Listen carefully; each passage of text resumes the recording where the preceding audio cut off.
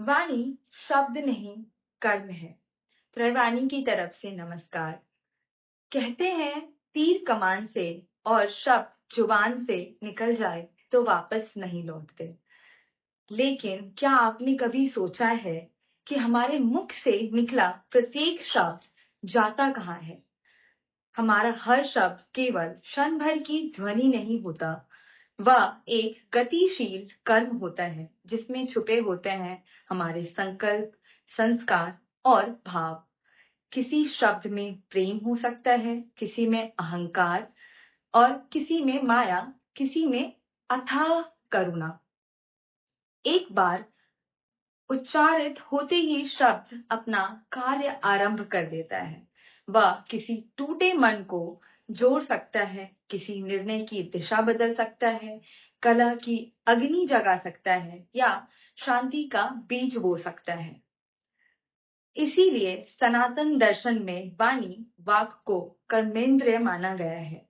अर्थात वाणी केवल संवाद का माध्यम नहीं, वाणी स्वयं कर्म है जो सत्य है, प्रिय हो और हितकारी हो। Speak truthfully, kindly and beneficially.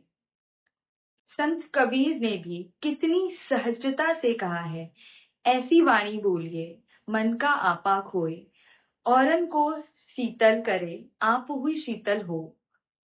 इसका अर्थ यह नहीं कि हम मौन हो जाएं, बल्कि यह है कि बोलने से पहले सजग हो जाएं। हर शब्द को एक यज्ञ की आहुति समझे, जिसे जागरूकता, श्रद्धा और करुणा के साथ अर्पित किया जाए, क्योंकि आपके शब्द केवल सुने नहीं जाते, वे किसी के मन में बसते हैं, संबंधों में जीवित रहते हैं और कभी-कभी किसी का पूरा जीवन बदल देते हैं। इसीलिए अगली बार बोलने से पहले स्वयं से पूछिए, क्या मेरा यह शब्द सत्य है? क्या यह हितकारी है? और क्या इसमें करुणा है?